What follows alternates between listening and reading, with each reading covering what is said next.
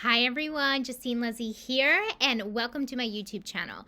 I help newly awakened empaths navigate their spiritual awakenings, connect more to source, empower their intuition, and get into flow and alignment. So welcome to my channel. So happy for you guys to be here, and today's video is actually about the 4 most difficult jobs for empaths to have. And I'm also including hacks of how to get around it if you are in these industries, because these 4 particular industries are actually very attractive to people on the empathic scale. So I'm going to include hacks just in case you are in these industries, and hopefully they will help you conserve that energy and really thrive and get that empath empowerment and agency that I'm always talking about on this channel. Okay, so let's begin, guys. And I'd love for you guys to subscribe if you love this type of content, so you would be the first to know when I put out a new video. So I would appreciate any subscribes. And also, if any of these resonate with you, I always love the comments, and you guys know, if you've been commenting already, is that I always respond to the comments, and I love seeing them, and I'd love to hear what you guys want to hear next, or if you have any questions or anything. Okay, all right, so let's begin. So first up, the first really difficult job for an empath to have is really anything in healthcare. Okay, and why I say this is because a lot of different reasons. Long hours. There are people in healthcare that work 12 hours straight. I know some people that actually work overnight. Sleep is so essential to a sensitive person. It is so essential. So it is very crucial that the hours align with when your energy is best, and everybody's different. If empaths are more on the creative side, which we tend to be, we're usually more night owls. I'm actually the exception. I'm more of a morning person. I'm not talking 5 a.m. I'm talking more 7:30 a.m. But it's not just the overnights, like I said, the long hours. It's also the constant being on, right? So you're constantly being empathic. Using your empathic skills, because you're constantly dealing with patients, and you're dealing with really life-threatening, depending on what you're doing, life-threatening situations where you always really do have to be on, and your empathy is going to be on overload. There is a such thing as empathy burnout. It's a thing. It's they also call it compassion fatigue. It's definitely a thing, and a lot of empaths get to that place, and it can make us feel a little bit weird about it, because it is not something of the norm for us, right? And then we start questioning ourselves and asking ourselves what's wrong with us when we're starting to feel this fatigue. So we definitely need breaks with that. So speaking of, here's some of the hacks for it. So taking breaks, lots of rest. So what I have heard, since I've never worked in healthcare, is that the people that work 12-hour days sometimes do it 3 days in a row, but then they have like 3 or 4 days off, or 2 days off, or whatever it actually happens to be. Take the opportunity to really unplug in those days that you have downtime. It's super important. So rest, unplug if you can, and also boundaries at the same time.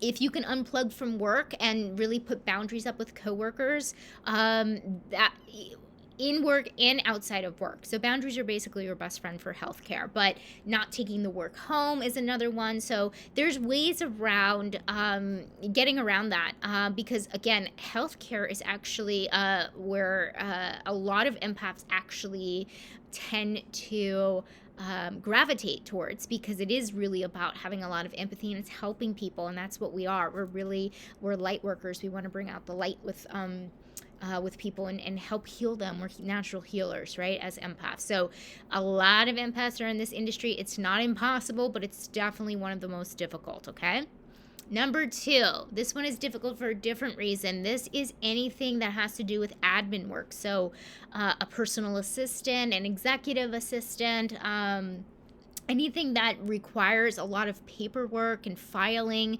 data entry, things like that.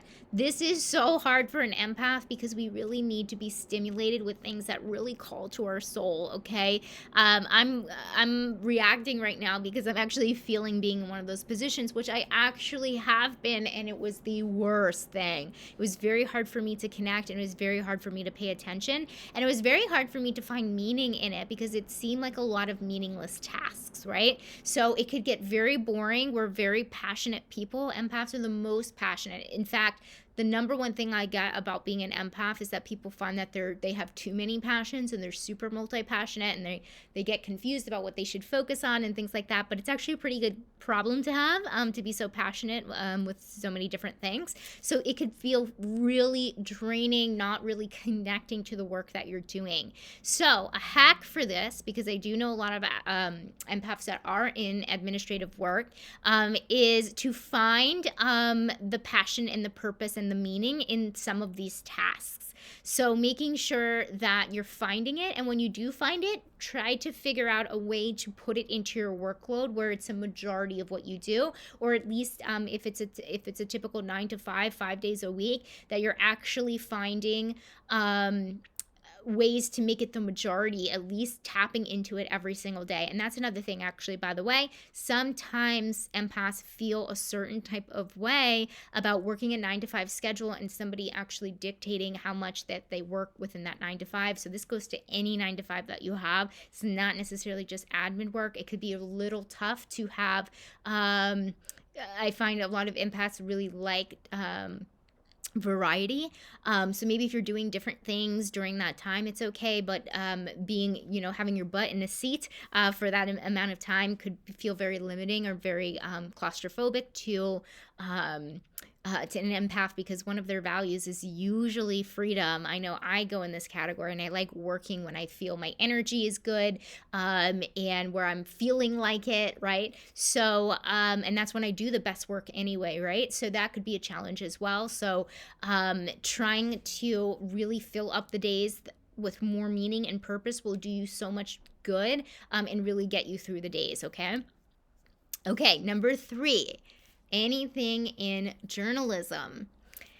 So a lot of empaths are attracted to jobs in journalism or broadcasting because they really are about the truth. A lot of us are really connected to that. We love documentaries, true crime series, right? Even though it could be a little too much for us energetically and emotionally, but we do like chasing the truth, and that's part of journalism. So a lot of empaths are really attracted to this industry. Now, with everything that's kind of going on in the world, it could be very draining. Turning on the news myself at home, I can only read headlines these days.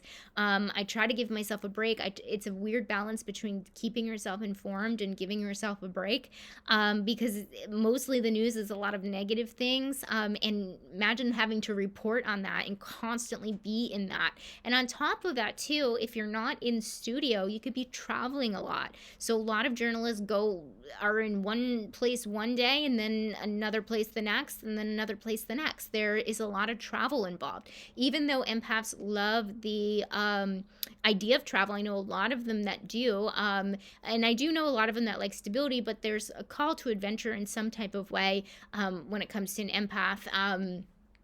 Especially if they're multi-passionate, usually travel is in there as one of their passions. Seeing new things, experiencing new things, meeting new people, that kind of thing. I know I do, but being in a different time zone every single day, being in a different hotel every single day, different currency every day, or even just a few days, it's exhausting just thinking about it. So a lot of empaths get really exhausted with a lot of travel. So this is definitely one of the downfalls of journalism, on top of a lot of the negativity that comes with reporting on the news, okay? So a couple of hacks for you guys is about detaching. A lot of detaching and letting go of what you're reporting on. So not, and this is one of the arts of, I guess we can say art and science of being an empath, is learning when we have to detach from other people's energy to really protect ourselves. So a lot of shielding exercises, a lot of grounding exercises, a lot of the white light completely over you as a shield. These things could be really helpful when it comes to journalism, not just when you're, going home and resting. And obviously that's the best place to detach, not taking your work home with you. Also, when you're reporting on the news and when you're actually in it, there's a way to do it. Doing a ritual right before you go on camera, or you have to report on something. It would be really, really helpful. Yeah, so that is a tough one, but again, I would actually say this one is the one that empaths are drawn to the most. And I have to say, journalism is something that is much needed in the world today, and it's very important work. So we don't want to lose a lot of empathetic and compassionate and healers in this industry just because it's such an energy suck, right? So hopefully those help. Okay, so the last one here is anything in sales. Okay. Sales is a tough one because it really does have a lot of negative connotations to it. But if you look at it in a positive light, if we are, especially if we're selling our services, and if you're a service provider, for example, if you're an intuitive like I am, or you do some type of energy healing or any type of healing at all, you have to really sell your services if you work for yourself, right? So you have to actually sell it, and you believe in what you're selling. So it could essentially get easier for you to sell because you're selling yourself and you believe in the product, right? So a downfall of it is that you're getting into sales for, say, like a vacuum cleaner or a cat tree or cat products when you don't even like cats, or computer parts or software sales or something like that. And not to say that people aren't passionate about it. I'm just giving you an example of things that maybe you're not connected to, okay?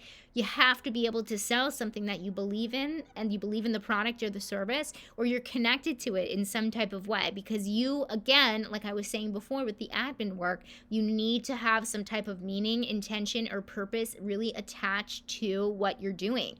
That is super, super important for you to thrive and not feel like you're just chasing money. That is the worst thing for empaths. Empaths love money, but we need money and purpose together. And that's really kind of the secret sauce, in my opinion. But if it's just chasing money, you're not going to survive. And it's really going to be a very difficult position for you to fulfill and do well at, right? Because that's the other thing too. Sales is usually a commission, and based on, you know, the more you sell, the more money you make, obviously. Most, I would say, very close to 90%, I would say.